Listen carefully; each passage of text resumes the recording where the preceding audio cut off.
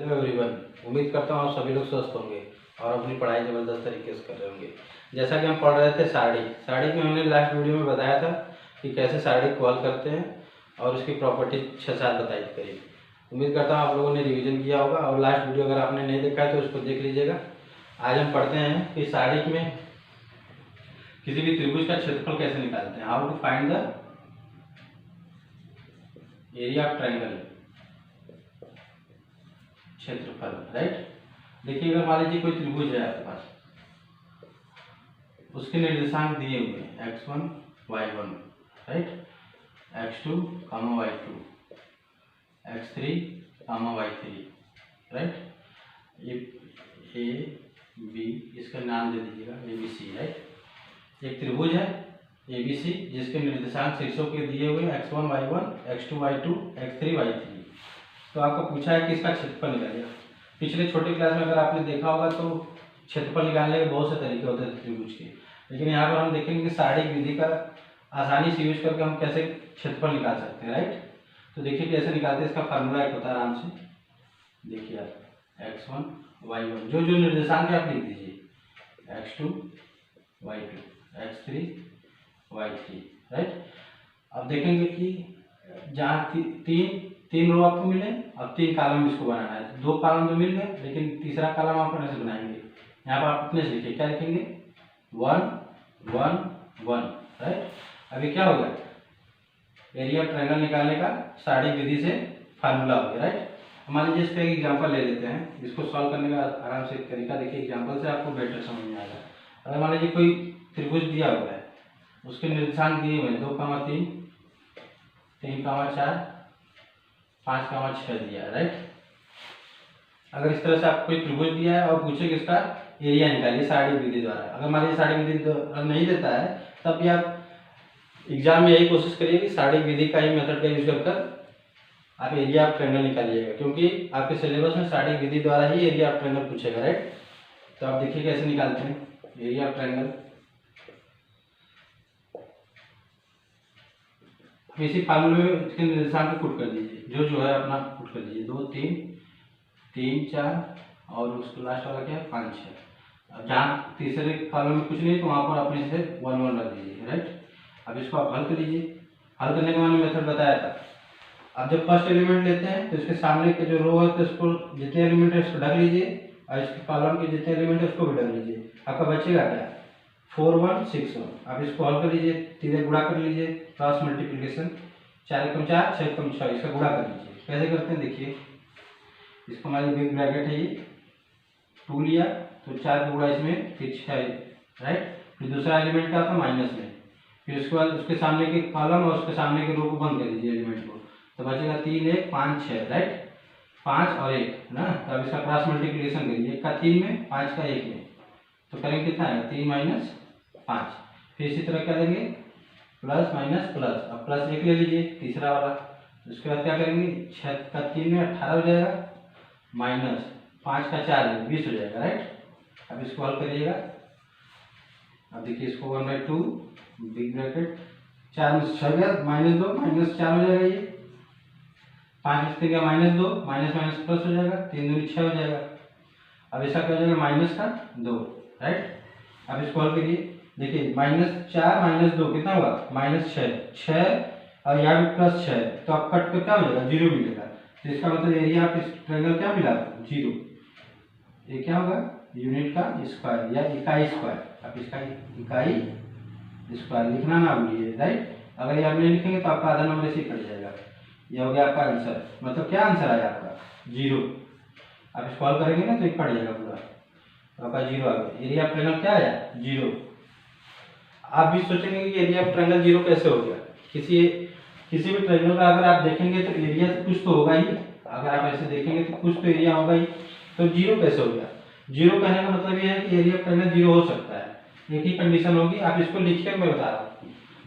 आप इसको स्क्रीनशॉट ले लीजिए, आपने स्क्रीनशॉट इसका ले लिया होगा, राइट। देखिए मैंने बताया कि इसका एरिया कितना आया था, इसका एरिया आपका आया था 0 इकाई स्क्वायर, मतलब 0 आया था। एरिया कितना आया, एरिया आपका आया 0। 0 का मतलब ये क्या होगा, आपने एरिया का निकालने का मेथड मैंने बता दिया, कोई भी हो सकता है, अदर नंबर भी आ सकता है उसका आंसर। लेकिन अगर मान लीजिए जीरो आ गया अनफॉर्चुनेटली, तो आप क्या कर सकते हैं, अगर कोई क्वेश्चन आपको पूछता है कि बताइए त्रिभुज समरेख है कि नहीं, अगर मान लीजिए पूछता है समरेख है कि नहीं, समरेख कौन साइड अगर कर जाएगा पूरा, एक ये वाला अगर मान लीजिए एक क्या है साइड है ये, अगर ये वाले बिंदु क्या है, इस वाले बिंदु को अगर आके इसको दबा देते हैं, ऐसे कर दबा दीजिए, तो क्या करेंगे, ये बिंदु यहाँ आ जाएगी, ये वाली ये बिंदु जो है यहाँ पर आ जाएगी, अब बी सी, तो आप देखेंगे कि ये वाली बिंदु इधर आ गई, तो आप देखेंगे जो त्रिभुज है वो एक रेखा में कन्वर्ट होगी, राइट। अगर इसको दबा दें यहाँ से, जैसे मान लीजिए रखा है, इसको मैं दबा रहा हूँ, ऐसे दबा दिया तो क्या हुआ, इसमें बदल गया, रेखा बदल गया। तो आप देखेंगे कि अगर रेखा खींचा गया है, तो कोई रेखा अगर सीधी लाइन है तो उसका कोई एरिया नहीं होता, राइट। आप देखेंगे अगर सीधी लाइन है तो कहाँ एरिया होगा ही नहीं। तो इसका मतलब यही है, अगर त्रिभुज का क्षेत्रफल 0 आ गया तो क्या कहेंगे आप कि ये समरेख है, राइट। यही समरेख का अगर पूछेगा कि बताइए कि समरेख कंडीशन भी पूछेगा ना, तो आप त्रिभुज का क्षेत्रफल क्या निकालेंगे, 0 निकाल दीजिएगा, या समरेख कंडीशन पूछेगा 0 निकाल दीजिए, और 0 निकाल दिए अगर क्षेत्रफल 0 आ गया तो आप कह दीजिएगा कि तीनों जो शीर्ष हैं वो क्या है, तीनों बिंदु एक ही लाइन पे स्थित है, राइट। तो इसे क्या कहते हैं, समरेख कहते हैं। अब इसका स्क्रीनशॉट लीजिए, फिर बताता हूँ नेक्स्ट टॉपिक। यहाँ तक है, आपका क्वेश्चन लगाइएगा, मुझे उम्मीद है कि आपको समझ में आ गया होगा। आप स्क्रीनशॉट अगर लेना चाहे तो ले सकते हैं, स्क्रीनशॉट आपने ले लिया होगा, ठीक है। ये देखिए एक एग्जांपल है, त्रिभुज एक है, उसके शीर्ष के निर्देशांक दिए हुए हैं तीनों, राइट। तो कह रहा है कि यदि एक बिंदु है ए बी सी, 3 बिंदु हैं, कह रहा है कि ये समरेखी है, तो आपको क्या करना है, यम का मान निकालना है। मान लीजिए एक तरह से क्या है, त्रिभुज है, तो आपका पहला बिंदु क्या दिया है, m, -1, दूसरा क्या है 2, 1, तीसरा क्या है 4, 5, 3 बिंदु दिए हुए, कह रहे हैं समरेखी है। समरेखी का कंडीशन मैंने क्या बताया था, अगर इस त्रिभुज का क्षेत्रफल क्या हो जाए, 0 हो जाए, तो हम कहेंगे कि ये तीनों बिंदु क्या है, समरेखी है, मतलब कि क्या है, एक ही लाइन पर है। कहने का मतलब ये वाली जो बिंदु है ए बी सी, कहने का मतलब ये कि ए बी सी तीनों क्या करेंगे, एक ही रेखा पर क्या करेंगे, लाई करेंगे, मतलब स्थिर होंगे, राइट। तो कहने का मतलब ये वाला ये जो बिंदु था खींच कर यहाँ पर ला दीजिए, तो आप देखेंगे कि इसका एरिया क्या हो गया, 0 हो गया। कुछ तो एरिया दिख रहा था ना ऐसे, अगर मान लीजिए इसको हम लेकर ऐसे दबा दें यहाँ पर पहले वाली इस रेखा पर BC पर ए बिंदु को ऐसे कर, तो आप देखेंगे कि इसका एरिया क्या हो गया, ऐसा हो गया। तो आप देखेंगे एरिया क्या हो गया, 0।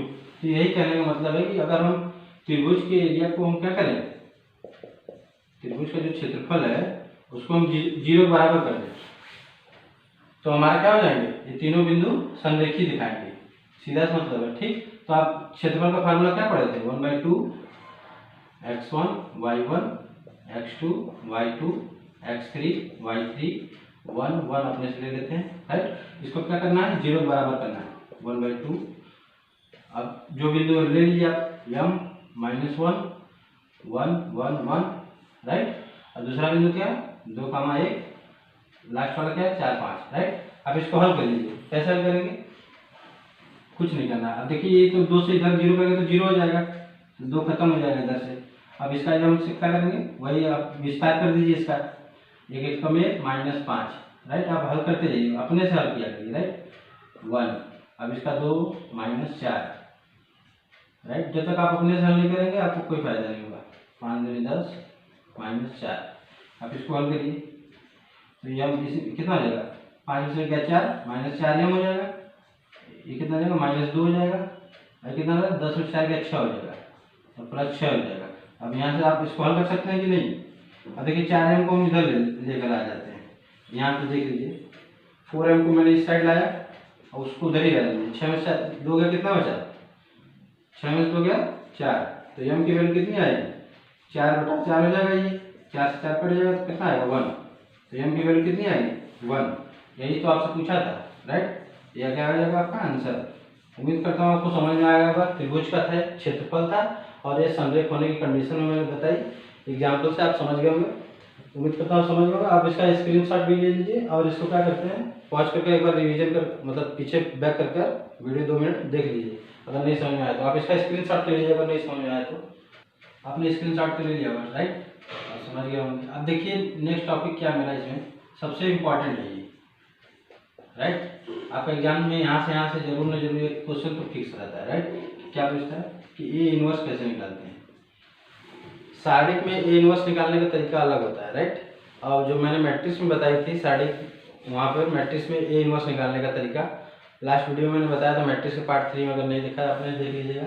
ए इनवर्स यहाँ निकालने का तरीका अलग होगा और मैट्रिक्स में अलग, इसलिए आप इसको ध्यान से दीजिएगा। देखिए कैसे निकालते हैं, इसका एक फार्मूला है, आप इसको लिख लीजिए, adjoint of A upon mod of A. ये क्या है, फार्मूला है। अगर मान लीजिए कोई आपकी साड़ी दी हुई है, कोई भी साड़ी है ये, राइट, ये क्या है, साड़ी। मान लीजिए हम एग्जाम्पल ले ले रहे हैं 1 3 1 1 3 1 3 3। इस तरह से आप अपने से एग्जाम्पल बना सकते हैं, कोई भी बना लीजिए। मान लीजिए -2 ले लीजिए, -4 ले लीजिए, -4 ले लीजिए, फिर यहाँ 4 ले लीजिए। इस तरह से हमने क्या ले लिया, क्या है ये, डिटर्मिनेंट्स है। अब क्या करना है, इसका ए इनवर्स निकालना है। ये क्या आपका क्वेश्चन है, यहाँ पे लिख लीजिएगा। जहाँ मॉड ऑफ ए की वैल्यू हमेशा क्या होगी, कुछ ना कुछ तो होगी, लेकिन 0 के बराबर नहीं होगी। अगर 0 अगर आ गया तो आप क्या करेंगे, ए इनवर्स नहीं निकाल पाएंगे। कंडीशन है, अगर मॉड ऑफ ए की वैल्यू 0 आ गई तो आप ए इनवर्स नहीं निकाल पाएंगे, राइट। अगर कोशिश करिएगा, अगर देखिएगा क्वेश्चन आप ध्यान से हल करिएगा, मॉड ऑफ ए की वैल्यू कुछ ना कुछ अगर आ गई, कोई वास्तविक संख्या आ गई या रियल नंबर कहते हैं उसको, तो आप क्या करेंगे, ए इनवर्स तभी फाइंड कर पाएंगे, राइट। तो आप ध्यान रखिए, जैसे जैसे बताऊंगा स्टेप, 2-3 स्टेप है, आप अगर ध्यान से देखेंगे तो समझ जाएंगे, राइट। अब देखिए एग्जांपल देखिए इसको। चलिए तो सबसे पहले देखते हैं कि हम मॉड ऑफ ए कैसे निकालते हैं। अगर मॉड ऑफ ए की वैल्यू निकालेंगे कैसे निकालते हैं, मैंने बताया था लास्ट वीडियो, अगर नहीं देखा आपने देख लीजिएगा। पहला एलिमेंट लेते हैं, फिर उसके बाद इसके सामने का जो एलिमेंट है उसको बंद कर दीजिए, इसको भी बंद कर दीजिए। जो बचा है उसका क्रॉस मल्टीप्लिकेशन कर दीजिए। मल्टीप्लिकेशन करने के बाद क्या करेंगे, घटा दीजिएगा। देखिए 4 का 3 में करिए और इस -4 का इस वाले 3 में करिए, तो आप क्या देखेंगे, 4 का गुणा 3 में करेंगे कितना आएगा, -12, फिर माइनस, फिर 4 का गुणा 3 में करेंगे तो 12 हो जाएगा, राइट। फिर माइनस, अब इस दूसरा एलिमेंट लीजिए आप, -1, इसके सामने भी बंद करिए, इधर से भी बंद करिए, तो अब जो बचेगा एलिमेंट उसका क्या करेंगे, क्रॉस मल्टीप्लिकेशन। 1 का -4 में करिए, कितना आएगा, -4, फिर माइनस का चिन्ह लगाएंगे, फिर 3 का गुणा किसमें करेंगे, 3 का गुणा किसमें, इसको तो बंद कर दिया ना, तो कितना बचा है, 3, और इधर कितना बचा है, -2, राइट, दिख रहा है। तो 3 का गुणा 2 में करेंगे तो कितना हो जाएगा, 6 हो जाएगा, राइट। और उसके बाद 3 देखिए, +3, अब इसका इसको बंद करिए, इसको बंद करिए, तो बचा क्या, 1 3 -2 -4, इसका आपस में क्या करिए, क्रॉस मल्टीप्लिकेशन कर दीजिए। -4 का 1 में करेंगे कितना आएगा, -4, माइनस का चिन्ह लगाइए, 3 का गुणा 2 में करेंगे तो 6 हो जाएगा, -6 तो +6 हो जाएगा। अब इसको हल करेंगे कितना आएगा, -12 कितना होता है, -24, फिर इसके बाद -6 -4 -10 होता है, तो 10 इधर प्लस हो जाएगा। इसका कितना होगा, 6 4 का 2 2 3 6। अब इसको हल कर लीजिए, कितना आएगा, 10 से 16 होता है, 16, 24 में से 16 का कितना हो जाएगा, 8, तो -8 हो जाएगा। मतलब आप देख सकते हैं कि मॉड ऑफ ए की वैल्यू कितनी आई है, -8 आई है, 0 के बराबर नहीं आई है। तो इसका मतलब यही है कि हम अगर मॉड ऑफ ए की वैल्यू कुछ आई है तो हम ए इनवर्स निकाल सकते हैं, ए इनवर्स निकाल सकते हैं। अब देखिए आप इसका स्क्रीनशॉट लीजिए, फिर मैं बताऊंगा। अब एक मॉड ऑफ ए की वैल्यू आ गई -8, आप यहाँ पुट कर दीजिएगा। अब एडजॉइंट ऑफ ए कैसे निकालते हैं उसको मैं बताऊंगा। अब देखिए आप इसका स्क्रीनशॉट लीजिए, फिर एडजॉइंट ऑफ ए कैसे निकालते हैं उसको मैं बता। स्क्रीनशॉट आपने ले लिया। देखिए अभी हमने क्या निकाला था, मॉड ऑफ ए की वैल्यू निकाली थी, कितनी आई थी, -8 आई थी ना। अब देखिए क्या करते हैं, अब हमको क्या चाहिए, मॉड ऑफ ए मिल गया। अगर एडजॉइंट ऑफ ए मिल जाए तो हम यहाँ पे वैल्यू पुट करके दोनों का क्या करेंगे, अगर पुट कर दें तो इससे काट देंगे तो क्या मिल जाएगा, ए इनवर्स की वैल्यू मिल जाएगी, राइट। तो अब देखिए हम क्या करते हैं, एडजॉइंट ऑफ ए कैसे निकालते हैं, how to find adjoint of A, है ना। अब इसको देखिए ध्यान से, एडजॉइंट ऑफ ए निकालने का सबसे आसान तरीका देखिए। सबसे पहले क्या करते हैं, ये जो मैट्रिक्स, ये क्या करते हैं इसको डिटर्मिनेंट्स, इस डिटर्मिनेंट्स का क्या करिए, कोफैक्टर निकालिए, कोफैक्टर निकालिए। कोफैक्टर्स निकालेंगे आप, इसका कोफैक्टर निकालेंगे जब ना, तो उसका फिर क्या करेंगे, परिवर्त निकालेंगे। परिवर्त, परिवर्त निकालेंगे। इसी परिवर्त को क्या कहते हैं? एडजॉइंट ऑफ ए। क्या कहा मैंने? इस वाले डिटर्मिनेंट्स का क्या करेंगे? कोफैक्टर्स निकालेंगे। कोफैक्टर्स की जो बनेगी मैट्रिक्स, कोफैक्टर्स से जो मैट्रिक्स बनेगी उसका हम क्या करेंगे? परिवर्त निकालेंगे। वही परिवर्त आपका क्या कहलाएगी? एडजॉइंट ऑफ ए कहलाएगी। अब निकालने का तरीका मैं देखिए यहाँ पर बताने जा रहा हूँ। अगर मान लीजिए इस पहला रो है, पहला कॉलम है, तो उसको हम एलिमेंट को क्या कहते हैं? A11 कहते हैं कि नहीं? पहला रो पहला कॉलम। उसी तरह दूसरा रो, दूसरे एलिमेंट को क्या कहते हैं? पहला रो दूसरा कॉलम, पहला रो दूसरा कॉलम। इसी तरह सबका नाम लिख दीजिए आप पहले। A12 हो गया, A13 हो जाएगा, फिर A21, A22, A23, फिर इसी तरह A31, A32, A33, राइट। इसको क्या कहते हैं? हम कोफैक्टर कहते हैं, मतलब सगुणनखंड। बस ध्यान से आप देखिए प्रोसेस में कैसे लगा रहा हूँ। देखिए क्या करते हैं, जब सगुणनखंड निकालते हैं ना, तो आप साइन की साइक्लिसिटी देखिए कैसे होती है। साइन का क्रम चलता है, मतलब जो चिन्ह होता है, पहला क्या होता है? प्लस, पहला प्लस, फिर माइनस, फिर प्लस, फिर minus, plus minus plus minus लेके चलते हैं। तो आप कहते हैं प्लस है, दूसरा माइनस, आप लिखते चलिए। वैसे मैं बना रहा हूँ, प्लस, फिर ये वाला माइनस होगा, राइट, क्रम से। एक प्लस होगा, एक माइनस, चाहे इधर से भी चलिएगा। फिर इसको ले लीजिए, फिर इसका माइनस होगा, राइट, फिर इसका क्या होगा? प्लस होगा, फिर इसका क्या होगा? माइनस होगा, फिर इसका क्या होगा? प्लस होगा, राइट। अब ध्यान से देखिए, जब ये वाला एलिमेंट लेंगे तो इसके सामने में क्या करेंगे? रो को बंद करेंगे, कॉलम को भी बंद करेंगे। जो दिख रहा है उसको आप पहले वाले में लिख दीजिए। 3 - 3 -4 -4, यहाँ पे लिख दीजिए 3 -3 -4 -4। अब ध्यान से देखिए, ठीक। अब फिर इसी तरह दूसरे वाले एलिमेंट को लीजिए, उसके सामने को बंद करिए, इधर से बंद करिए, तो आपको क्या दिखेगा? -3 दिखेगा, -4 और एक -2 दिखेगा। अब मैं जल्दी से कर रहा हूँ इसको, आप देखिए कैसे कर रहा हूँ। -3 -4, इसमें क्या बचा? 1 2। इसको लेंगे तो क्या करेंगे? इसका गुणा करेंगे, 1 3 -2 4, -2 -4। फिर इसी तरह इसको लेंगे तो क्या करेंगे? इसके सामने का बंद करेंगे, इधर से बंद करेंगे, 1 3 -4 -4, 1 3 -4 -4। अब बस लिखते चले जाइए। कौन सा लिए? दूसरा, पहला, मतलब ये वाला लिए। अब इसको लेंगे हम, अब 3 वाले को लेंगे तो क्या करेंगे? इसके सामने को बंद कर दीजिए, दूसरा ये वाला बंद, दूसरा ये बंद, तो बचा क्या? 1 3 -2 -4, 1 3 -2 -4। अब इसी तरह इसका ले लीजिए, इसको बंद, ये बंद, 1 1 2 4, 1 1 2 4, साइन अपना लगा दीजिएगा। फिर इसी तरह इसको लेंगे तो क्या करेंगे? इसके सामने का रो बंद कर दीजिए, कॉलम बंद कर दीजिए, तो बचेगा 1 3 3 3, 1 3 3 3, है। अब ध्यान से बस देखिए क्या क्या मैं लिख रहा हूँ। फिर इसको कौन सा लेंगे? तीसरा, दूसरा, ये वाला ना। अब इसको सामने का ये बंद कर दीजिए, 1 3 1 -3, 1 3 1 1 -3, है। अब इसके लास्ट वाले लेंगे तो क्या करेंगे? 1 1 1 3, 1 1 1 3। बस मैंने बताया था 2 × 2 की अगर कोई सारणिक है तो आप उसको हल करने का तरीका क्या बताया था? आप सीधे क्रॉस मल्टीप्लाई कर दीजिए, क्रॉस मल्टीप्लाई करके छोड़ दीजिए, वही आपकी क्या हो जाएगी? वैल्यू हो जाएगी। देखिए मैं कैसे बता रहा हूँ, ये प्रोसेस बता रहा हूँ। स्टेप 1 है ये, स्टेप 1। स्टेप 1 में क्या करते हैं हम लोग? कोफैक्टर निकालते हैं। ये जो कोफैक्टर मैं निकालूंगा ना, ये वैल्यू, इसका क्या करेंगे? एक साड़ी बनाएंगे। जितने 9 एलिमेंट आएंगे, 9 एलिमेंट की एक साड़ी बनाएंगे, राइट। पहले देखिए कैसे निकाल रहा हूँ मैं। 4 3 12, आप इसको हल करिए, कितना आएगा? -12। इसका कितना आएगा?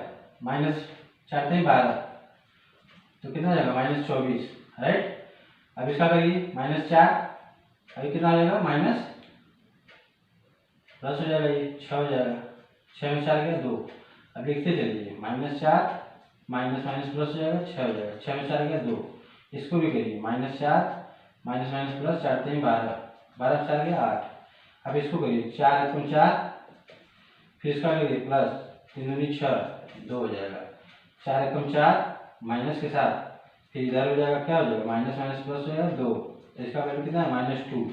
अब इसका करिए, -3 फिर -9, कितना हो जाएगा? 9 3 12 -12। अब इसका हल करिए -3। आप स्टेप आपको दिख रहा होगा कि बहुत से स्टेप ज़्यादा डिफिकल्ट है, लेकिन डिफिकल्ट नहीं है। आप अपने से लगाएंगे एक बार तो आपको पूरा समझ आएगा। -3 और इसका क्या जाएगा -3। अगर आप नहीं लगाएंगे तो आप समझ लीजिए एग्जाम में कैसे करेंगे। प्रैक्टिस करते रहिए, आप सब कुछ आराम से हो जाएगा। राइट, कितने एलिमेंट मिले? 1 2 3 4 5 6 7 8 9। 9 एलिमेंट मिले आपको। राइट, इस 9 एलिमेंट को क्या करेंगे?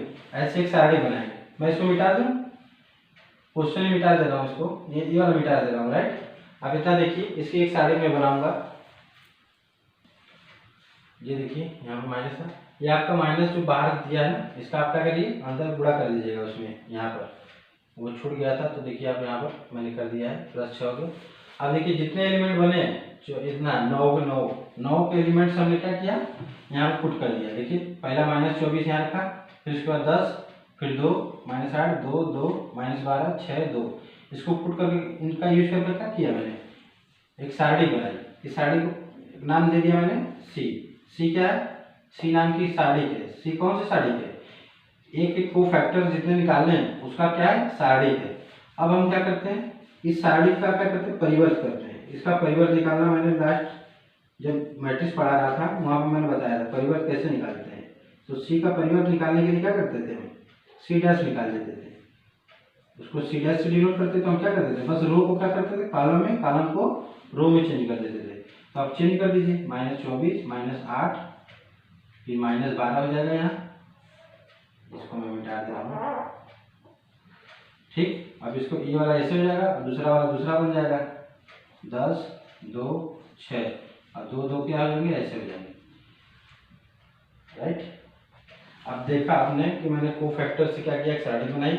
उस सारणी का मैंने परिवर्त निकाला। परिवर्त में क्या करते हैं, जो कॉलम होता है वो रो बन जाता है और जो रो होता है वो कॉलम बन जाता है। देखिए पहला रो पहला कॉलम बना दिया मैंने, यहाँ पर चेंज कर दिया, आप देख लीजिए आराम से। ये ऐसे हो गया, ये कॉलम बन गया। राइट, यही जो आपको परिवर्त आया 80 का फैक्टर से निकालने के बाद, इसी को आप क्या कहते हैं, एडजॉइंट ऑफ ए कहते हैं। यही क्या है आपकी एडजॉइंट ऑफ ए। इसकी वैल्यू अगर आप निकालेंगे अब तो वो जो वैल्यू आएगी उसको क्या कहते हैं, एडजॉइंट ऑफ ए कहेंगे। एक तरह से यही आपका एडजॉइंट ऑफ ए। अब मैं इसको मिटा दे रहा हूँ, फिर इसको यहाँ सॉल्व करके मैं दिखा रहा हूँ कैसे आ रहा है। आप स्क्रीनशॉट लीजिए इसका। जो कोफैक्टर मैंने निकाले थे वो क्या था, पहला स्टेप था। स्टेप 2 में मैंने क्या किया, ये स्टेप 2 है आपका, इसे क्या किया मैंने सारणी बना दिया। और स्टेप 3 में क्या किया, बस 3 ही स्टेप है। तीसरे स्टेप में क्या किया, इसका क्या किया मैंने, परिवर्त निकाल दिया।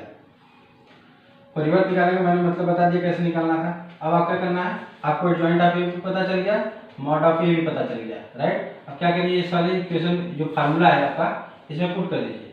पुट कर देंगे तो आपको क्या मिल जाएगा, ये इनवर्स की वैल्यू मिल जाएगी। अब देखिए मॉड ऑफ ए की वैल्यू कितनी है, नीचे रखिए उसको -8। सारणी की वैल्यू ऐसे है तो आप सारणी को जैसे दर्शाने का तरीका क्या होता है, ऐसे नहीं दर्शाते।